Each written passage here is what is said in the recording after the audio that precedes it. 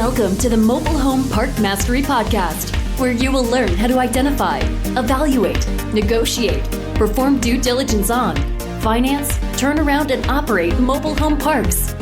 And now, here is your host, the fifth largest mobile home park owner in the United States, Frank Rolfe.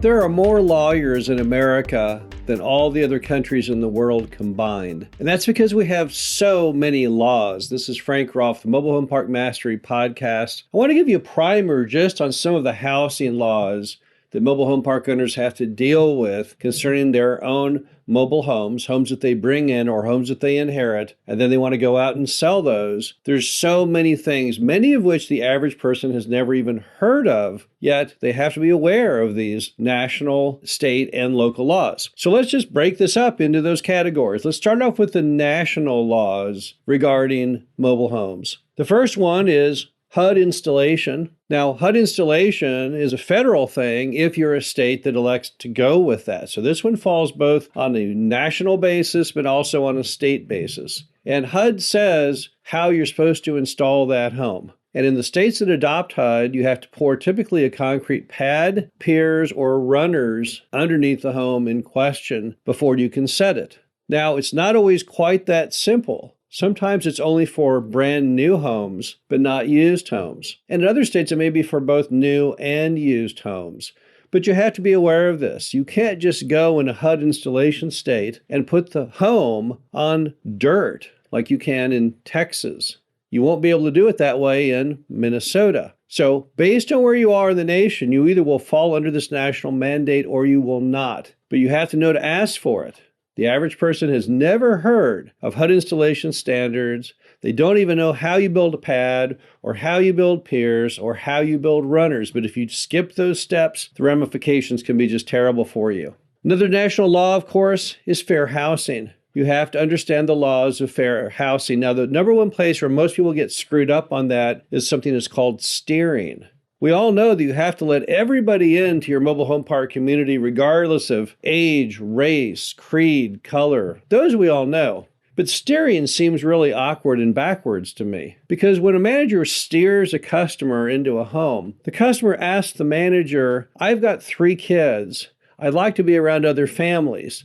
Where are the homes with the other families so I can be near them?" And if the manager says, "Well, these people over here in these 3 lots, they all have young children, and your children will be very happy near them because they'll have people they can walk to and play with." Under fair housing, you can't do that.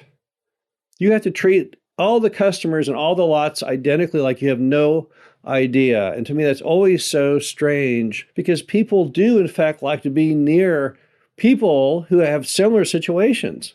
So many park owners think they're doing a favor to the resident by saying, "Oh yeah, well, you'd be happiest probably over here because this is exactly what you're asking for." But no, you can't do that. So be sure and read. Every manager should read the Fair Housing Handbook and understand it. And you should also as the park owner, because there are some things in fair housing that the average person has never heard of, but again, can come back to really harm you if you run afoul of it. Another national law are HUD, seals, homes, and remodeling. If you buy a home to put in your mobile home park and it's got a HUD seal on it, which means it was built in 1976 or later, there are certain things you cannot do as far as the remodeling of the home. Those things include making larger window openings or a larger door opening. Why is that? Because there's no load-bearing interior walls in a mobile home. And if you enlarge those, you reduce the strength of the walls and the thing is no longer considered to be safe. Also, you're not allowed to change out that horrible paneling stuff inside the mobile home with drywall.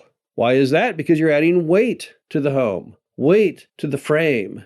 So once again, research up, look at what you are and are not allowed to do. You can do just about anything you want cosmetically, and there's many things you can do on interior walls. In many of these homes, you can actually remove some of the interior walls. But there are some things that are forbidden, and you have to make sure you know what those are as well. Then you got the most dreaded item on this entire list, which is the SAFE Act and Dodd-Frank. What a bunch of crazy laws. Where did they come from? Well, under the Obama administration, after the 2007-2008 Great Recession, the nation decided, or actually the government decided, to blame it all on mortgage companies and to try and punish them when they weren't in any way at fault. They're the ones who got burned. They issued the mortgages to people who lied on their applications, who never had the job they claimed they had. They did zero down, no income documentation loans, and they knew they were highly risky and they couldn't make the payments. But the lenders did it anyway, and then the lenders ended up getting blamed for helping those people. It's crazy. Under the SAFE Act, you can no longer make a note on an individual residence unless you become SAFE Act licensed and compliant. Most park owners are not going to want to go through the steps to do that, namely because your manager has to also be SAFE Act licensed and compliant. And if you have any churning of your managers, you'd be constantly sending people to school. It would drive you nuts. So under the SAFE Act, you're only allowed at this point in the movie to either sell a home for cash or to rent it. You can't sell a home and create a mortgage. You can't. There are others who can. People like 21st Mortgage's cash program, Performance Equity Partners, Triad, but they are all SAFE Act licensed mortgage companies. You can't just do that on your own. And then there's another set of regulations called Dodd-Frank, which is equally or even dumber than the SAFE Act regulations. And you also have to abide by those. So the bottom line is you can no longer sell a mobile home and carry paper. That is off the table. Today, all you can really do is rent it or sell it. And if you're going to sell it and the customer doesn't have the money to pay you for cash, you'll have to enlist the aid of an actual licensed mortgage company like 21st or PEP or Triad. Another national law is snow load and wind load. Most people don't even know this exists, and that can be tragic for you because if you put the wrong home in the wrong spot and something ever happened, you'd surely be sued. The snow load makes kind of sense. When I say snow load, you can already think of the states we're talking, which is the northern half of America is most of your snow load. But the wind load is all just running right down the very edge perimeter of the U.S. map on the eastern seaboard. That's where all of your wind zone is because that's all dependent on hurricanes mostly. When it comes to tornadoes, no, tornadoes really aren't treated quite the same. The hurricanes are where they're really the most concerned. But you can find these maps, fortunately, right on Google. If you Google up U.S. mobile home, wind load, snow load maps, they will pop right up. And you have to make sure if you are in one of the states you see on that map that you meet those wind load and snow load qualifications. And if you're buying a used home, you better darn well make sure that if you're putting it in one of the wind load areas, that you do have a wind load home, which is prominently marked on the title. The new homes, it's always a potential problem with used homes.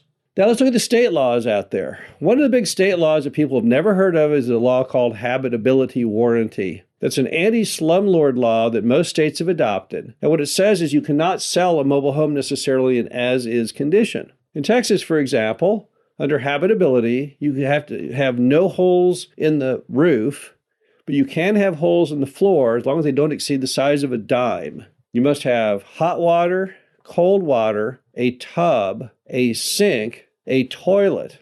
You must have heat, but you don't have to have air conditioning. But if you don't have air conditioning, the windows have to open. And you have to have access to a place to cook. Now, why do states have habitability laws? Because there are some people out there who will sell or rent homes in abysmal condition without any intent to make any improvements, and they don't want that to occur.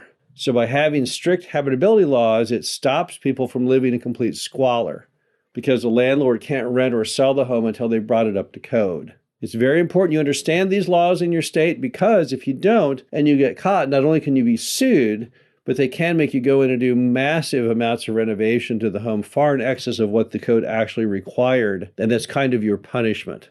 Another law is the law of titles. It's another state law. There's no federal law on mobile home titles. It's all state-oriented. The only part of the movie that federal contributed was when they brought out the whole concept of the license plates, when HUD took over the industry in 1976 and put those little HUD seals on the homes. At least it made it possible to track titles. Because prior to that, you could normally not even find any serial number on a home. So titling was basically impossible.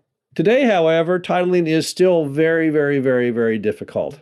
You have to really understand the laws of your state when it comes to getting titles. And I can tell you right now, it's going to be a subject of mass frustration. So when you're looking at putting homes in your park, you got to make sure that those homes already have a title because getting a title to a home is probably one of the most difficult feats you will ever face. And then you have your preeminent local laws, which are going to be mostly focused on permitting and the use of certified workmen. So if you've got a home and you want to do work on that home, make sure you understand what the city requires you to pull a permit in and not pull a permit on. Because again, if you get caught, the inspector will drive through your park constantly, trying to see what new shenanigan you're up to. And if you're supposed to use a certified plumber or a certified electrician on some piece of the work and you didn't, they'll make you rip it all out and do it all over again. They have a very, very little sense of humor on that issue. The bottom line to it all is there are many, many federal, state, and local laws you must observe when you are dealing in the homes, in their remodeling, in their sale, whether it's used or new. So this was just a primer. I'm not a lawyer. I'm just trying to keep you out of trouble. But I want to give you a rough overview of all the different laws you must understand. Because if you want to stay safe in America today, you got to make sure you're following the rules. This is Frank Rolfe, the Mobile Home Park Mastery Podcast. Hope you enjoyed this. Talk to you again soon. Thank you for listening to the Mobile Home Park Mastery Podcast. Be sure to visit us at mhpmastery.com to subscribe to the show, read our show transcriptions, and access all of our great information on mobile home park investing.